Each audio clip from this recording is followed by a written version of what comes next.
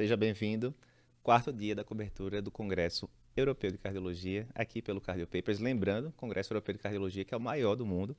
Muita novidade importante. A gente está aqui, já cobrimos dezenas de estudos, várias diretrizes para você. E aqui no quarto dia, muita coisa interessante aqui para a gente ver sobre a prevenção cardiovascular, nefropatia por contraste e outros temas. Estou bem acompanhado aqui por Dr. Fábio Machocola. Fala, Machocoleta. Fala, galera, mais um dia, quarto dia, bem intensivo, né, essa cobertura. Hoje tem menos trabalho, um pouco menos interessantes, mas temos coisas aí interessantes para discutir também. Bastante. E Figueiredo, vulgo Fernando Figuinha. Fala, Figueiredo. Beleza, galera? Vamos lá. Bem-vindo a mais um dia de cobertura. Pessoal, só lembrando, né, enquanto a gente não começa aqui com o primeiro trabalho, lembrando só que tudo que a gente está falando aqui dessa cobertura está lá na comunidade Cardiopapers. Se você não está ainda na comunidade Cardiopapers, você está de brincadeira, a gente sempre tira essa onda aqui. Por quê? A comunidade Cardiopapers é 100% gratuita para médicos, exclusiva para médicos. Você consegue ver aqui o QR Code aqui na tela. E lá, o que é que você vai encontrar? A gente sempre coloca as principais novidades do Cardiopapers lá. Um podcast saiu da semana, um post mais interessante. Fica lá, a gente já faz essa curadoria para você. É muita coisa do Cardiopapers conseguir acompanhar. Lá você já tem essa triagem toda. Segundo, você consegue ver casos clínicos da nossa equipe que não estão em lugar nenhum, no Instagram, no site, lugar nenhum. Você consegue ver lá e dar sua opinião. Nesse caso aqui eu faria tal coisa e tal. E depois você vai ver o que é que se desenrolou no caso. E terceira coisa importante, você consegue colocar os seus casos clínicos do dia a dia que você está em dúvida e a nossa equipe vai te ajudar. Então, se você não acessou ainda, está aqui o QR Code. Lê aí e você entra gratuitamente. Lembrando também que lá na comunidade a gente está colocando todos os dias e-book top, resumindo o que é que aconteceu de mais importante naquele dia do Congresso Europeu. Vou pedir para o pessoal colocar na tela aqui agora só a capa de um dos e-books para você ver como ficou bonito. Mais uma vez, é um documento ali que você consegue ver ali em poucos minutos e que está lá o resumão do dia inteiro do Congresso, certo? Então, entra lá, a gente já liberou primeiro, segundo, terceiro dia, vamos colocar o resumo do quarto dia hoje também.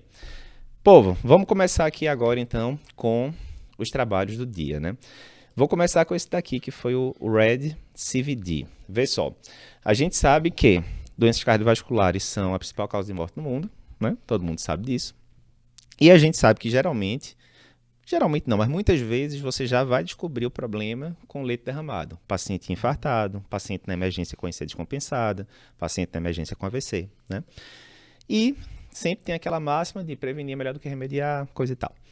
Às vezes a gente não vai conseguir prevenir, né, a doença cardiovascular, mas a gente consegue detectar ela no comecinho. Então, melhor você detectar uma insuficiência cardíaca compensada no consultório, no ambulatório, do que o paciente descompensado em edema agudo de pulmão na emergência. Será que através de uma estratégia simples, né, de triagem ali de pacientes em UBS, né, Primary Care Center, né, que eles chamam, a gente conseguiria detectar DAC e CIFA com facilidade? Foi isso que o pessoal testou lá no grupo da Holanda.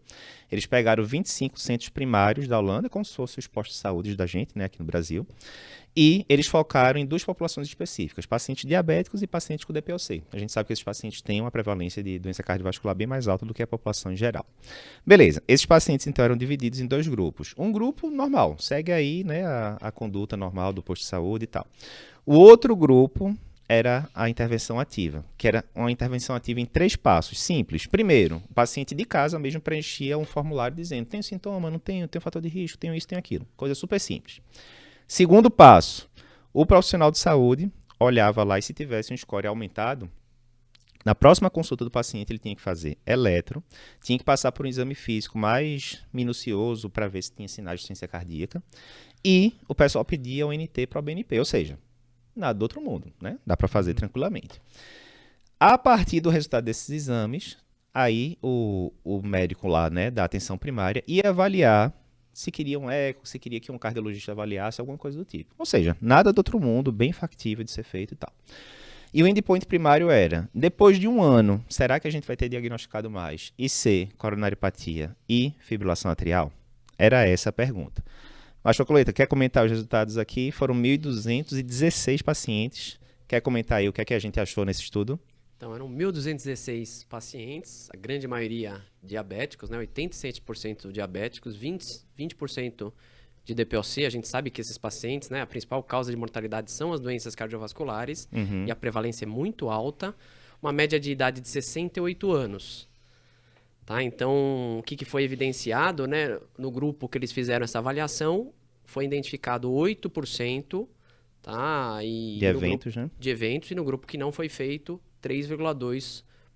A insuficiência cardíaca foi o mais comum, tá? Foi identificado em 4,5% versus 1,5%. DAC também, né? 2,6% versus 1,4%. E FA, 2,1% vezes 1%. Ou seja, eu concordo com você, é algo super simples, não é como o DIAD Study, que avaliou cintilografia, que é um exame caro, com efeito colateral. É um questionário, uma avaliação minuciosa de algo super prevalente na prática clínica, tá? E que realmente pode reduzir desfecho. É claro que isso daí é um estudo inicial, tá? Mas essa estratégia é realmente muito simples e eu acho que é algo que poderia ser replicado nas nossas unidades básicas, né? Com um pequeno treinamento. Achei interessante, sim. O diagnóstico mais precoce, a gente imagina que vai instituir o tratamento mais cedo e deva reduzir eventos. Então, não, eu acho que é importante, porque no primeiro dia do congresso a gente comentou sobre o NOA, né? Que era aquela questão de achar FA em dispositivos implantáveis e que não teve benefício dentro do coagular e tal. Vejam que aqui é outro cenário. Aqui, por exemplo, tinha FA no meio. A FA aqui é para você detectar no eletro 12 derivações do consultório normal. FA clínica, né? Insuficiência cardíaca, mesma coisa. Às vezes você pega um paciente, vamos pegar o exemplo do DPLC. O paciente, obviamente, muitas vezes vai dizer que está cansando. Ok, aí vai falar, é só do DPLC, né? E a gente sabe que tabagismo é fator de risco comum para DPLC e para cardiopatia e assim por diante. Então, muitas vezes, só o fato será que alguém fez um eletro desse paciente e quando faz o eletro, opa, tem um bloqueio de ramo esquerdo, tem sobrecardiátrico esquerdo, será que é só do DPLC isso? Acho que não, né? Vamos fazer um eco, fração de 40, né? E aí, muitas vezes, você já pega em fase inicial, antes do paciente chegar em edema agudo, na emergência, aquela coisa toda, e você pode instituir os tratamentos todos que a gente sabe que tem benefício, né? Então, a gente sempre fica procurando, em cardiologia sempre tem essa dicotomia. Vale a pena você ficar cutucando demais, né? Porque tem coisa que você vai encontrar ali, subclínica, incidentaloma, e que muitas vezes você vai tratar e não vai melhorar. O exemplo da FA no marca-passo, que a gente comentou na sexta. Mas aqui parece ser bem diferente, né? Aqui é doença clínica mesmo, a diferença é que em vez de você pegar ali numa situação crítica, você está pegando numa fase mais inicial. Bem interessante, né? E assim, é uma coisa que, óbvio, a gente tem que adaptar à realidade. Outro dia desse a gente estava falando com o secretário de saúde de um município do Nordeste, e ela estava dizendo que lá no município, um município grande, tinha uma fila de 5.000 pacientes esperando consulta com o cardiologista. 5.000. E poucos cardiologistas no município para atender essa ruma de gente, né? Então, a gente sabe que no Brasil tem esse problema muito grande da atenção primária, né? Como sair da atenção primária, a atenção secundária às vezes é fraca, né? Você tem uma atenção terciária muito forte, né? Com os centros universitários, aquela coisa toda, uma atenção primária também muito dispersa pelo país, né? Com muita capilaridade, mas às vezes é isso, às vezes quando você tem um pouquinho de bronca ali na atenção primária, você já tem dificuldade de ir para a atenção secundária, né? E tal.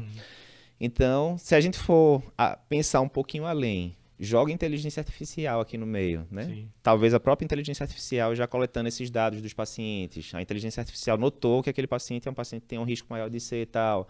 Dá uma cutucada lá no médico, né? Dá um alerta lá para o médico do posto de saúde e fala, esse paciente aqui, desses 10 que você está vendo hoje, seu fulano ali, que é a terceira consulta, talvez seja o paciente que você tem que prestar mais atenção por causa disso.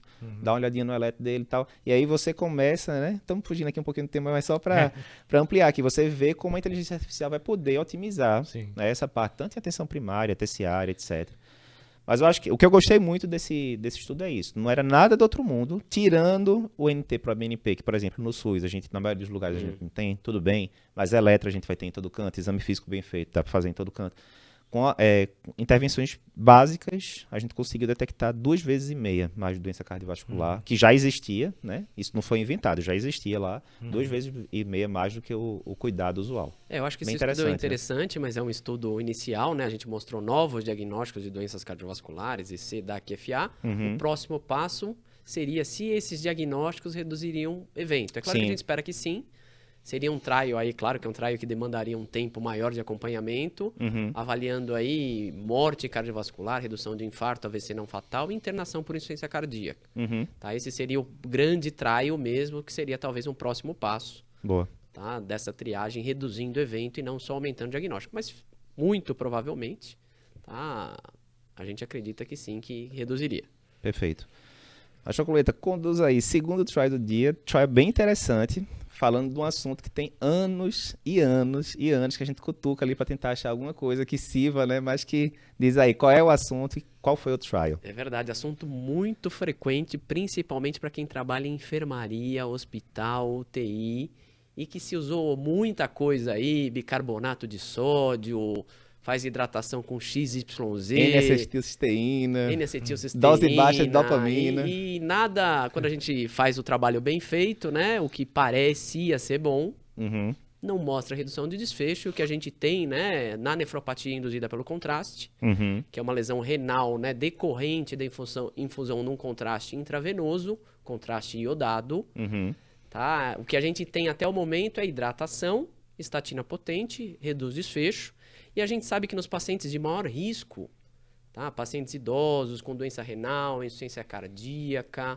tá? Esses pacientes, mais de 50% deles no contexto agudo, das síndromes coronarianas agudas, vão evoluir com algum grau de alteração da função renal. certo. Tá? Então, isso é algo muito importante, isso pode prolongar a internação hospitalar. Lá no Nordeste o pessoal fala internamento, né? Mas Isso. aqui Exato. é internação, mas ok, acho que os dois prolongar a internação hospitalar. Uhum, Pode, né, claro, levar à piora da função renal e também tem trabalhos mostrando que isso piora desfecho cardiovascular. perfeito. Tá? Pode aumentar risco de infarto, inclusive de mortalidade, avaliando os dois. Será? E a gente sabe que a fisiopatologia tem muito a ver com isquemia da medula renal, vasoespasmo, geração de radicais livres. Certo. Será que um medicamento que doa óxido nítrico, ou seja, que ajudaria para evitar essa isquemia, tá? Atuar nesses radicais livres, será que um medicamento que doa óxido nítrico poderia reduzir a nefropatia por contraste? Uhum, Foi isso que foi testado no estudo Nitrate-Sim, tá? Que avaliou um nitrato inorgânico. Aqui no caso, o nitrato inorgânico, né? Era um nitrato de potássio, certo. tá? E eles administraram por 5 dias o nitrato de potássio versus placebo em pacientes com infarto sem supra. Então, em eventos agudos, que seriam submetidos à coronariografia, o com supra foi excluído, já que tem que ser imediatamente. Não daria tempo de fazer A medicação, né? esse screening, tudo, a medicação, randomizar direito. E esse estudo avaliou o quê? Era um estudo duplo cego randomizado em centro único, tá? Talvez isso pra gente discutir, seja aí uma falha do estudo. Uma falha não, né? Um ponto fraco. Uma limitação, né? Tá? Uma limitação do estudo. E os critérios de inclusão eram pacientes de alto risco, ou seja, clínice menor que 60 ou pelo menos 2 dos seguintes: diabetes, idade maior que 70 anos, insuficiência hepática, né? Paciente já com cirrose, tá? Exposição ao contraste nos últimos 7 dias ou uso de drogas nefrotóxicas. Certo. E qual que era o desfecho? O desfecho primário era a função renal, a gente sabe que não é o melhor desfecho, mas é o desfecho inicial. Tá? Avaliou uma mudança de 0,3 de creatinina em 48 horas, que é a definição de nefropatia por contraste clássica, usada pelo CADIGO, Perfeito. ou um aumento maior de 1,5 em relação ao basal. E aqui um desfecho secundário, que é interessante, que depois a gente vai comentar, função renal em 3 meses, mas também redução de desfecho cardiovascular composto. Primeiro o infarto periprocedimento, mas o mais importante, o desfecho cardiovascular composto em 12 meses, que era composto por morte, infarto não fatal e revascularização não planejada. E aí, filhão, o que mostrou esse estudo aí? O resultado meio surpreendente. Foi surpreendente, viu? Porque você vê aqui 30% de nefropatia por contraste. Mais uma vez, né? Vamos bater muito nessa tecla do 0,3, né? Ou seja, se o cara chegou no hospital com 1 de creatinina, 2 dias depois ele estava com 1,4, fechou o critério, né? Só para falar a mesma língua, né? 30% de incidência no grupo controle e 9,1% no grupo intervenção, né, daria uma diferença aí de mais de 20%, ou seja, a cada 5 pacientes tratados, você preveniria uma nefropatia por contraste, NT impressionante, realmente aqui. Lembrando que é um campo, foi um dos primeiros posts que a gente fez no Cardiopapers de 2011, foi o da N-acetilcisteína, que foi neutro, né, o estudo na época, e, putz, nesses quase 13 anos de Cardiopapers, deve ter uns 5 posts, pelo menos, nefropatia por contraste, tudo neutro, ou então com resultados, né, marginais, né? O interessante da N-acetilcisteína foi um estudo brasileiro, né, que mostrou que realmente não tinha benefício. Pois é. Ou com resultados marginais. E aqui está longe de ser marginal o resultado, né? Realmente é uma redução aqui de 30% para 9,1%. Bem interessante. E mais chocolate, não foi só isso não, né? Como se não fosse o suficiente ter melhorado tanto a função do rim. ainda teve um sinal aí que diminuiria o infarto periprocedimento. Diz aí, de quanto é que saiu o infarto periprocedimento? Impressionante, é até difícil explicar, né? Foi no grupo que não utilizou o nitrato de potássio foi 2,5% e no grupo que utilizou foi 2,7%. Então, uma redução de quase 10%, né? Então, uma redução muito expressiva. Né? Estranho, né? Será que o vasodilatador do rim também vasodilatou a coronária e já começa a apelar ali e tal, né? Melhorou a disfunção endotelial, né? Talvez, né? Perfusão de microvasculatura. Isso daí acho que depois a gente precisa... Mas, obviamente, sem um desfecho secundário, né? O trial, certamente, com 600 e poucos pacientes, não deve ter o poder suficiente para, né, avaliar também isso. Mas levanta a bola ali, né? Mirou num canto, acertou Mas outro também. Mas acho que o mais interessante é o MACE, né, Figas? E aí, o que mostrou o MACE nesse estudo aí? Da mesma forma, em um ano... Teve uma redução de 18,1% para o grupo que não utilizava o nitrato inorgânico para 9,1% também. Então, pela metade. Interessante. Também foi significativo. Então, o porquê, eu acho que o futuro nos dirá. Aí sempre fica a dúvida, né, Machacoleta? A gente procurou aqui no Google, temos, né, farmácia de manipulação, suplementos, tal, danado do nitrato de potássio. Será que a gente vai estar usando isso amanhã já, com um estudo de um único centro, né? Com poucas centenas de pacientes e tal. Ele não reporta, pelo menos, né, grandes problemas aí no estudo em relação a efeitos colaterais, etc. Então, teoricamente, seria pouco efeito colateral e um benefício muito grande, né? Teria uma assimetria de benefício e risco e tal. Não está bem explicada aqui a questão do infarto periprocedimento, do MACE e tal. Certamente vamos ter que precisar de outros estudos aí, né? De preferência multicêntricos e tal. Mas fica a pulga atrás da orelha, hein? Para começar a usar isso. Eu acho que é um dos estudos que mais me marcou aqui, apesar de tamanho de estudo, ser unicêntrico, mas em termos de relevância clínica, porque é algo muito comum. Eu dou plantão, né? Trabalho em hospital universitário.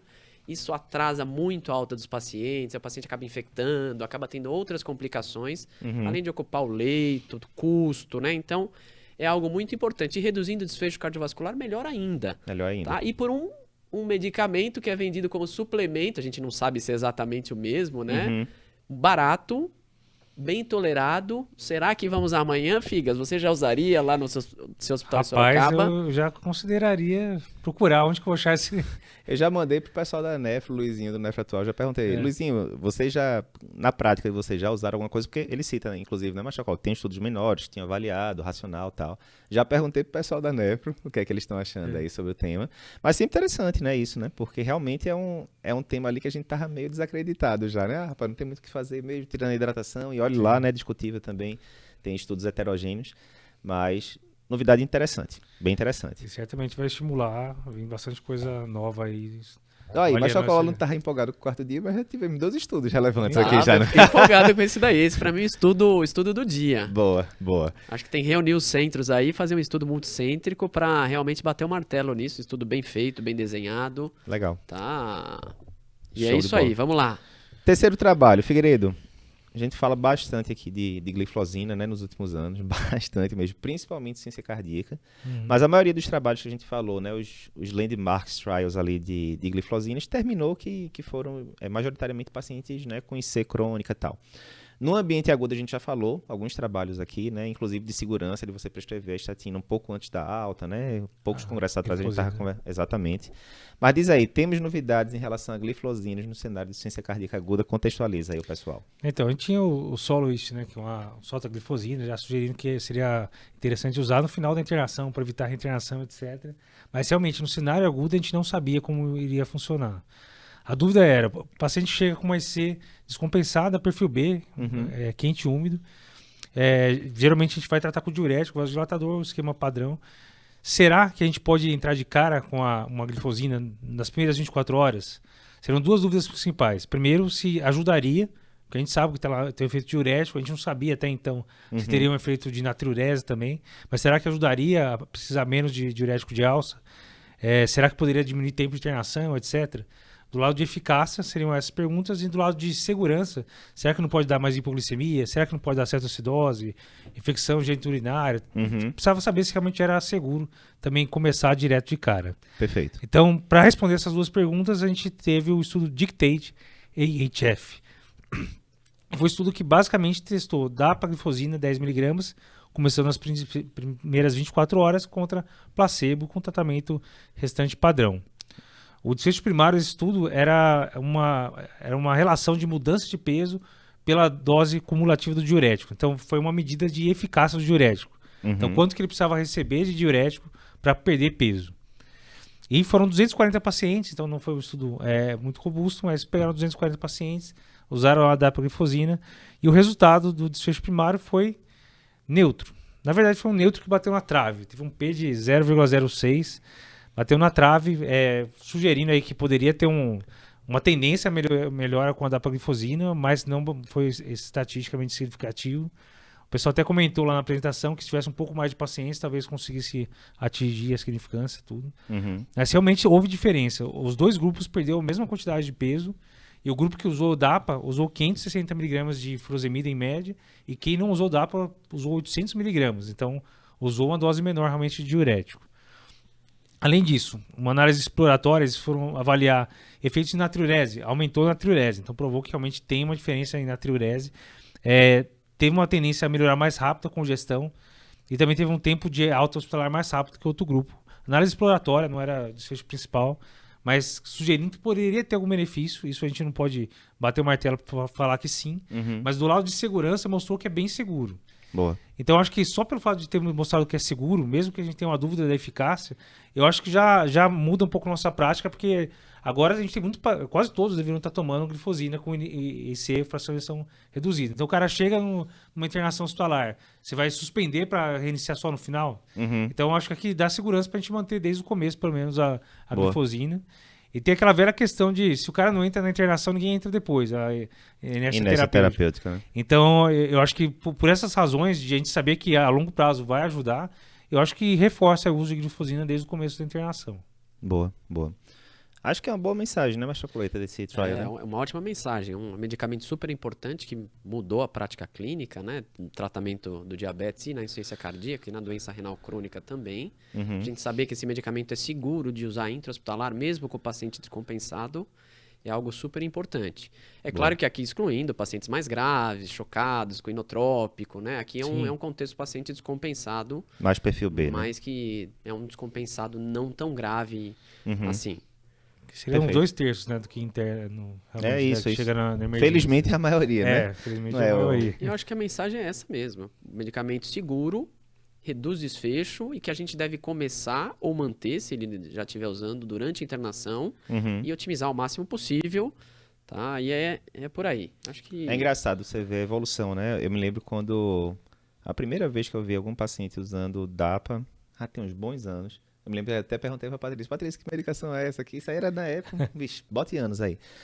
E se você for ver, 4, 5 anos atrás, o cardiologista tinha muito pouco traquejo, né, com glifosina, não tinha aquela segurança, antidiabético novo, aquela coisa toda. E você vê como em poucos anos a gente vai, né, cada vez mais ganhando mais segurança de prescrever e entrou completamente no rol das medicações do cardiologista, né? Como provavelmente o GLP-1 vai entrar também, né? Com os trabalhos todos que a gente tem comentado, o Select que vai sair no final do ano, o STEP que saiu agora esse congresso. Então é interessante a gente ver o nosso ferramental ali aumentando, né, no dia a dia. Só um comentário bem rápido em relação às glifosinas, né? A gente tinha aí até quanto de função renal a gente pode usar. Tá? 20, 25. Isso, hoje a gente já tem vários trials grandes que usaram até 20. Então até 20 já seria seguro. E interessante, acabou de ser publicado um trabalho da Unicamp que mostra que foi seguro, inclusive em pacientes dialíticos, do grupo do professor André Esposito. Então, agora se tem redução de desfecho no dialítico, não sabemos, mas que foi seguro, foi. Então, provavelmente, isso daí vai se estender. Boa. É um trabalho ainda inicial, né, com poucos pacientes, mostrando que foi seguro. Mas interessante que até 20 a gente já pode manter ou introduzir. Perfeito. Abaixo de 20, tudo está indicando que também. Perfeito. Muito bom. Só antes da gente passar aqui para o próximo tópico, lembrando, né, a gente está sempre falando aqui ao longo desses últimos dias sobre o Cardio Papers Experience. Se você não sabe ainda o que é o Cardio Papers Experience, é o nosso grande evento presencial de atualização. A gente teve a primeira edição ano passado, 2022, teremos a segunda edição agora de 2023, nos dias 13 e 14 de outubro, aqui em São Paulo. Eduardo, já acompanho demais vocês, estou vendo aqui cobertura do congresso, escuto os podcasts. Qual a diferença de ir para um evento presencial? Primeiro, evento presencial tem toda uma vibe que é diferente para quem está lá ao vivo, vocês, centenas e centenas de pessoas querendo o mesmo objetivo, vendo, né, focado. Segundo, você sabe que quando você está no evento presencial, é só lembrar quando você vai para o congresso. Você tende a assistir muito conteúdo numa tacada só. Enquanto quando você vai vendo online, você está vendo aqui essa revisão. Opa, aparece alguma coisa em casa, você daqui a pouco termina, às vezes não termina, né? Enfim, a produtividade não é tão alta quanto poderia ser. Quando você está imerso num local único, com aquele único objetivo, você separou, né, a sua agenda do dia só para isso. E você vai ver, sem aquela confusão de congresso, de ficar escolhendo qual a aula eu vou ter que assistir entre várias salas. Não tem isso, é uma sala única, com a programação do começo ao fim, toda desenhada por nós aqui do Cardio Papers, né? Então, palestras, bola na rede, com gente que sabe passar a mensagem de forma simples, direta, o que você precisa saber no dia a dia, como a gente está fazendo aqui agora. E, se você não foi para o Cardio Papers Experience 2022, dá uma olhada o que foi o evento no ano passado.